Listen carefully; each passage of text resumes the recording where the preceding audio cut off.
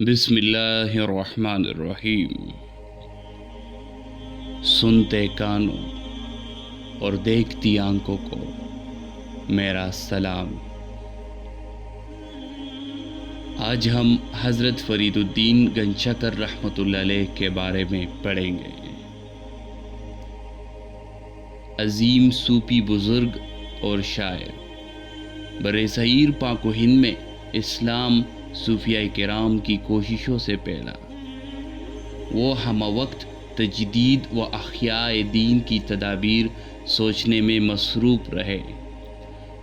بلا شبہ ان بزرگوں نے جب کبھی قوم کا اخلاقی مزاج بگڑتا ہوا دیکھا تو اپنی تمام تر علمی اور عملی صلاحیتیں افراد کی تربیت میں صرف کر دی۔ انہی بزرگوں میں سے بابا فرید بھی تھے، جنہیں گنجشکر کے نام سے یاد کیا جاتا ہے۔ ملتان کے نزدیک ایک کوتوال کے مقام پر پیدا ہوئے تھے۔ بابا فرید گنجشکر نسب کے لحاظ سے فاروقی ہے۔ آپ کے والد صاحب عالم فاضل اور دیندار بزرگ تھے۔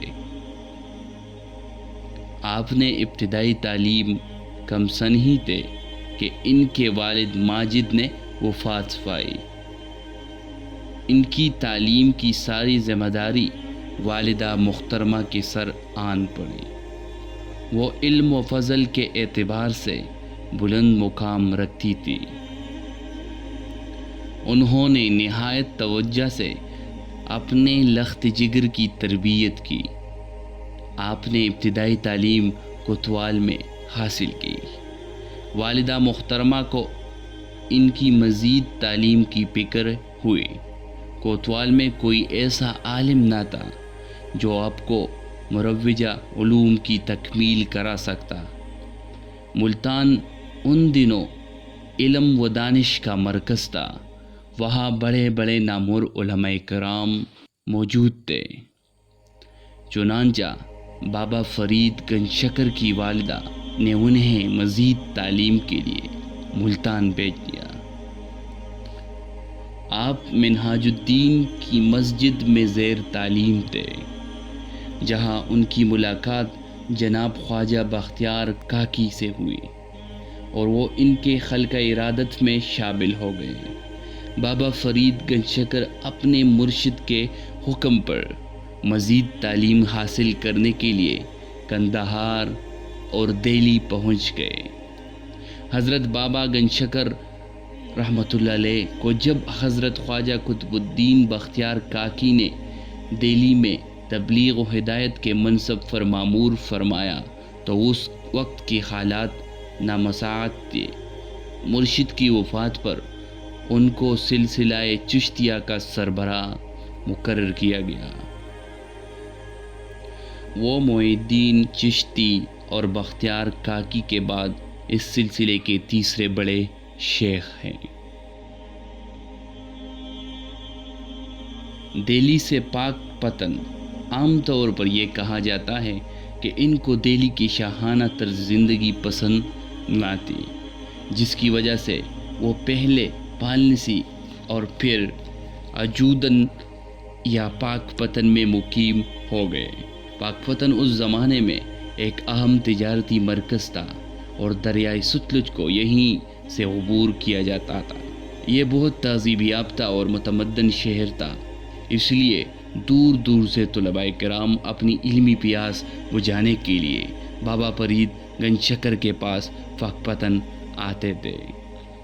علم و فضل، آپ عربی و فارسی کے جید عالم تھے اور صوفی شاعر بھی تھے۔ ان کے ایک شعر کا ترجمہ یہ ہے: میں سمجھا تھا کہ دکھ صرف مجھے ہی ہے، لیکن دکھ تو سارے جہاں کو ہے۔ اوپر چڑھ کر دیکھا تو پتہ چلا کہ گھر گھر یہی آگ سلگ رہی ہے۔ ان کی ایک اور شعر کا مطلب اس طرح ہے: فرید خاک کی نہ قدری نہ کرو، کیونکہ زندگی میں اس پر پاؤں سے کڑے ہوئے ہیں اور مرنے پر یہ اوپر سے ڈامتی ہے۔ بابا فرید رحمۃ اللہ علیہ کی وفات 93 سال کی عمر میں ہوئی۔ 1226 میں وفات پا گئے۔ انہوں نے خود ہی کہا تھا، دیوار پر اگا درخت کب تک حوصلہ مند رہے گا، کچے برتن میں کب تک پانی سنبھالا جا سکتا ہے۔ تو یہ تھی بابا فرید الدین گنجشکر رحمۃ اللہ علیہ کے بارے میں کچھ معلومات۔ امید رکھتا ہوں آپ کو ویڈیو پسند آئی ہوگی۔ ہمارے چینل کو لازمی سبسکرائب کریں۔ شکریہ۔ اللہ ہمیں آسانیاں عطا فرمائے اور آسانیاں تقسیم کرنے کا شرف ہمیں عطا فرمائے۔